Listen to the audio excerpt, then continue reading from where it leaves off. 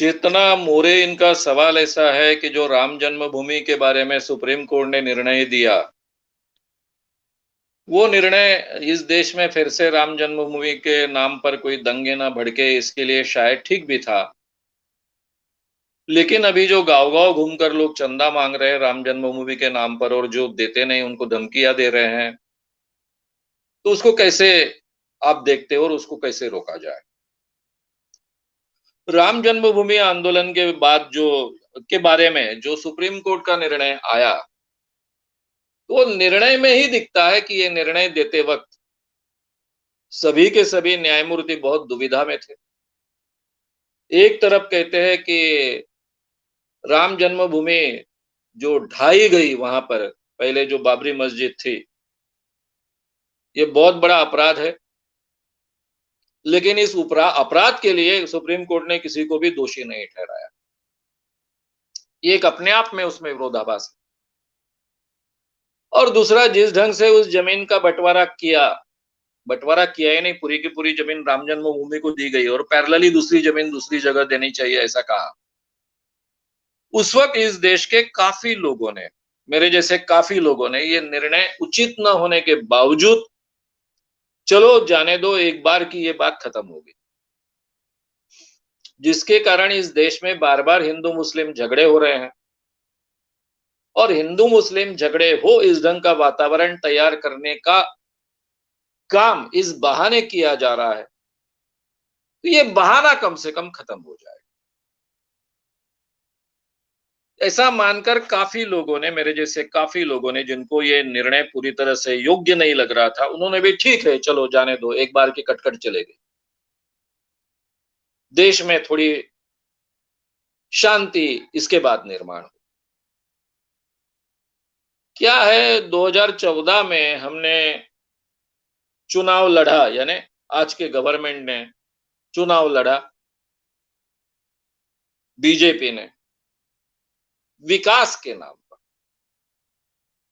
तब कोई हिंदू मुस्लिम की ज़्यादा चर्चा नहीं की गई। तो लगा इस देश में एक बहुत अच्छा वातावरण अब निर्माण होगा। विकास तो कर नहीं पाए। ना लोगों के बैंक खातों में पैसा डाल पाए, ना हर साल में 2 करोड़ नौकरियां दे पाए, उल्टा अर्थव्यवस्था को पूरे गड्ढे में ढकेल दिया, बेरोजगारी बढ़ी, सभी समस्याएं बढ़ती गई। डीमोनेटाइजेशन ने छोटे-मोटे रोजगार ही खत्म कर डाले, किसानों की समस्याएं बढ़ाई।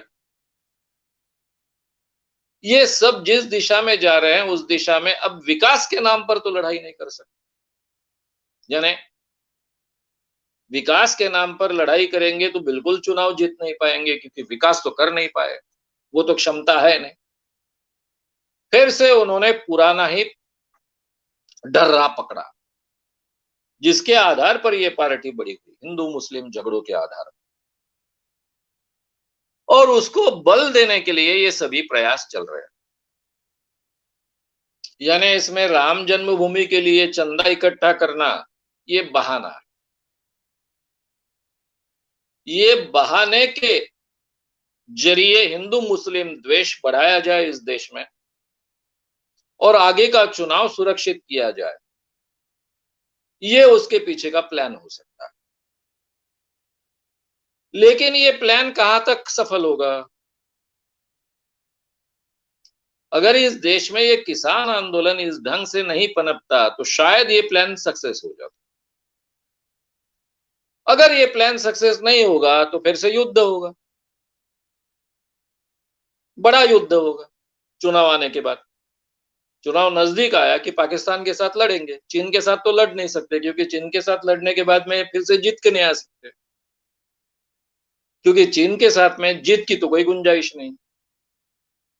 अपने आप को बचा कर रख पाए उतना काफी है, उतना भी किया तो भी बहुत है, इसलिए चीन से तो लड़ेंगे नहीं। फिर कोई ना कोई बहाना बनाकर पाकिस्तान से लड़ेंगे। दो ही पर्याय है ना, पाकिस्तान को घुसकर मारो और चुन के आओ, या फिर हिंदू मुस्लिम करते करते चुन के आओ। तीसरा पर्याय तो है नहीं। तो ये चुनाव की राजनीति है और इसमें सक्सेस मिलने की बहुत गुंजाइश है किसानों के आंदोलन के कारण। ये किसानों का आंदोलन फैलते जाएगा, पूरे देश में फैलते जाएगा, उसमें से अलग वातावरण निर्माण हो रहा है। लगातार 2 आंदोलन इस देश में ऐसे चले कि जिसके कारण अलग वातावरण निर्माण। पहला आंदोलन था एनआरसी, सीएए, नागरिकता कानून। उस वक्त भी बड़े पैमाने पर मुस्लिम इस आंदोलन में आए थे और जितने बड़े पैमाने पर मुस्लिम आए थे उतने ही बड़े पैमाने पर हिंदुओं का इसको समर्थन मिला।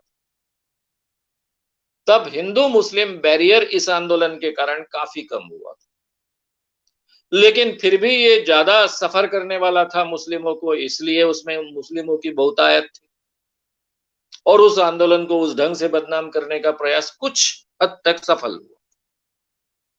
सेम प्रकार किसानों के आंदोलन को भी बदनाम करने का प्रयास किया गया। खालिस्तानी है, पंजाबी है, ये तो क्या हरियाणा पंजाब का आंदोलन है। उसमें अभी कोई भी ये फर्क नहीं कर पाए।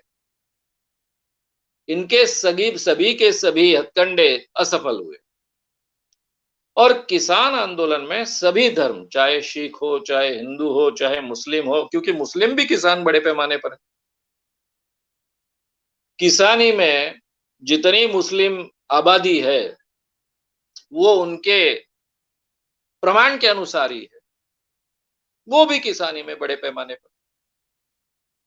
मुस्लिम भी आबादी है, क्रिश्चियन आबादी बहुत कम है, लेकिन मुस्लिम आबादी बड़े पैमाने पर है, सिख तो बहुत ही बड़े पैमाने पर है और हिंदू भी बड़े पैमाने पर, और हिंदुओं की अलग अलग जातियां उसमें। तो इसलिए जाति के नाम पर या धर्म के नाम पर ये जो अपने पॉलिटिकल रोटियां सेकना चाहते हैं उसकी गुंजाइश इस आंदोलन के कारण एकदम कम हो चुकी। इसलिए अभी वो फिर से राम जन्मभूमि के बहाने कुछ करना चाहते हैं, लेकिन उसमें वो सफलता प्राप्त नहीं कर पाएंगे। इसलिए आजकल हम कुछ कर पाए इसके बजाय किसान जो कर पाएंगे वो बहुत ताकतवर होगा, इसलिए मैं ये उदाहरण दे रहा हूं। रहा सवाल हमारे व्यक्तिगत लेवल पर, तो हमने अब व्यक्तिगत लेवल पर निर्णय लेने चाहिए। मैंने किस बात को सपोर्ट करना है, किस बात को सपोर्ट नहीं करना है, ये मेरा अधिकार होता है और वो अधिकार हमने अमल में लाना चाहिए, किसी भी दबाव के आगे झुके बिन।